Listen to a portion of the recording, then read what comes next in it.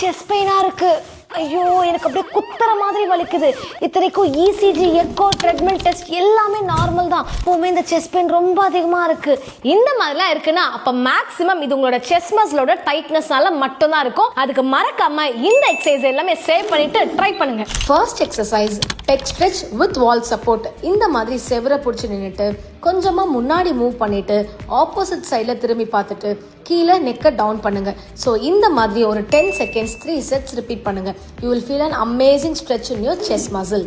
Second exercise chest openers. So 2 கையுமே பின்னாடி இந்த மாதிரி ஹோல்ட் பண்ணிட்டு உங்களோட நெக்கை பேக்வேர்டு கொண்டு போயிட்டு அகைன் ஃப்ரண்ட்ல வாங்க.